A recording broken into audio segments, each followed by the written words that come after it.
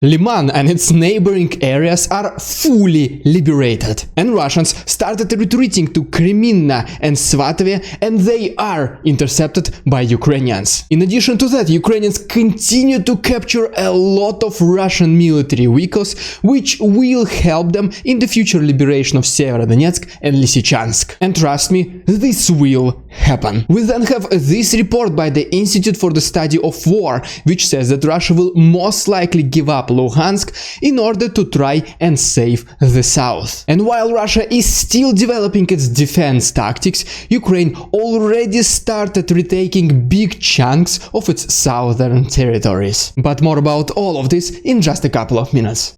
What's up, investors? It's the Russian dude. And let's go straight to the point and talk about the successful counteroffensive of Ukraine in the east. At this point, it's no longer a secret that Ukraine was able to fully liberate Lyman. But in this video right here, we can see pretty much the last batch of Russian soldiers trying to escape the city. And then right here, we have a very long-awaited video from liberated Lyman. In addition to liberating this city, Ukrainians were also able to retake Drobyshevo, Stavki, Zarychny and Yimpil. And according to Alexei Arestovich, approximately up to 5,500 Russian soldiers were surrounded and captured in Lyman area. In addition to soldiers, Ukrainians were also able to capture the abandoned Russian military equipment and vehicles, and we will talk about this very soon. But first of all, here is a quick video from Yimpil showing the street fights for this city. In addition to that, here is a picture from Torske, which has also been liberated by Ukrainian army. And right here you can see just how much land Ukraine was able to take back since the last video that I made last Friday. The two most popular directions for Russians to retreat were to Kreminna and to Svatove. But right after liberating the neighboring settlements to Lyman, Ukrainians started to push Russians away from Kreminna, leaving pretty much the last chance to retreat, which is through Svatove. And you know what? Right after liberating Borova and crossing the river, Ukrainians started to get very close to Svatove as well. And to confirm this, here is a video from liberated Borova. And then right here, we can see Ukrainians moving freely inside Shikovka. And yeah, like mentioned previously, those Russians who are retreating in a hurry from Lyman area were abandoning their military vehicles and equipment, as you can see from this video. Ukraine quickly seized these valuable assets, and they will most certainly be used in their attacks against Severodonetsk and Lysychansk. And just when you thought that Ukraine will take their time and regroup their positions, no, Ukraine already started attacking these cities. Because according to Russian military representatives, Ukraine is now actively shelling Rubizhne, Severodonetsk and Lysychansk. The purpose of such shellings is to destroy the firepower of the enemy and to intimidate them. Because usually, right after the shelling, the land counteroffensive starts to take place. And because of all this, according to the Institute for the Study of War, Russia right now is deprioritizing the defense of the entire Luhansk region in order to switch their attention to the south. And I guess you already know what it means. And right before we talk about the accelerating, incredibly successful counteroffensive of Ukraine in the south, allow me to just quickly show you 5 footages. And while I'm going there, please consider liking this video and subscribing to my channel if you like this style of daily updating. Alright, so the first picture came to us from Dnipro, and right here you can see some smoke, which is the result of a Russian shelling. Then we go a little bit more to the south, to Zaporozhye, and we can see the results of Russian shelling as well. Our next stop brings us to Mykolaiv, and as you can see, Russian missile partially destroyed a residential building. And finally, we go down to Crimea, where, as you can see from this video, there was a big explosion in Belbek airport next to Sevastopol. And according to Russian propagandists, the reason for this explosion it is because a plane was not able to stop in time before the end of the landing strip. Probably the pilot got distracted,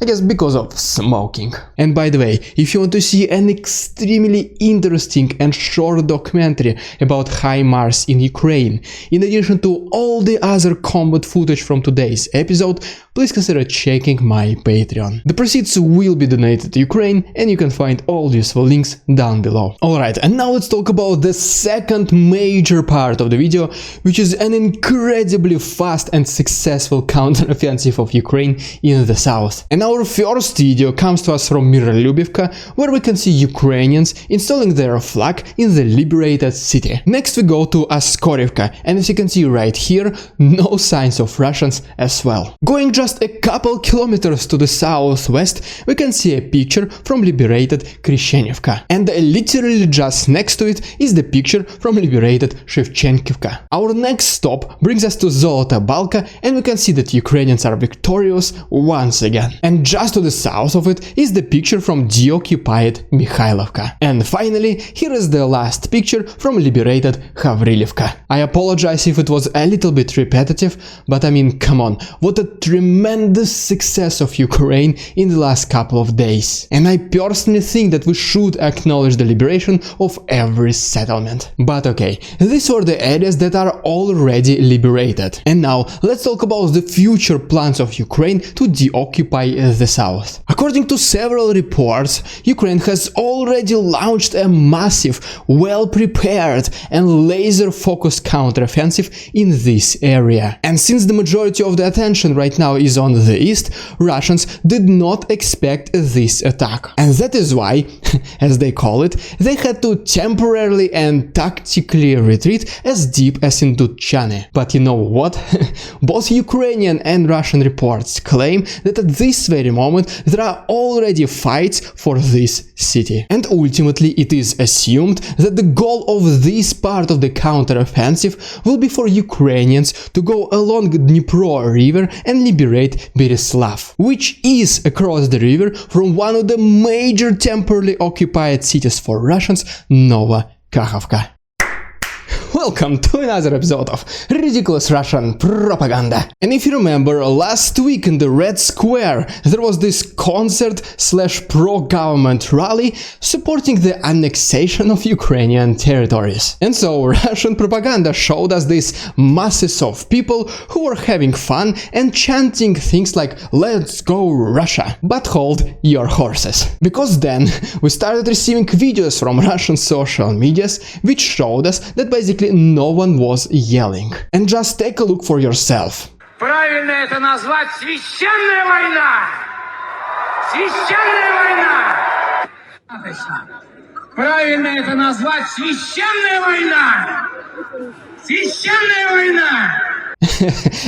And so later, in the post-production stage, the audio director had to add the sounds of screaming crowds. So it does look like Russians support this war. And then we even have videos like this, which show us that the majority of these people were most likely forcefully brought to these rallies. And I imagine it like this. Hello, my fellow Russian citizen. My name is Captain Ivanov. You either go to Russian rally supporting the annexation of Ukraine right now, or you go to Ukraine and annex it for us. The choice is yours. Well, I guess I'll go, but do I need to scream and actually support the annexation? You ask too many questions we don't like.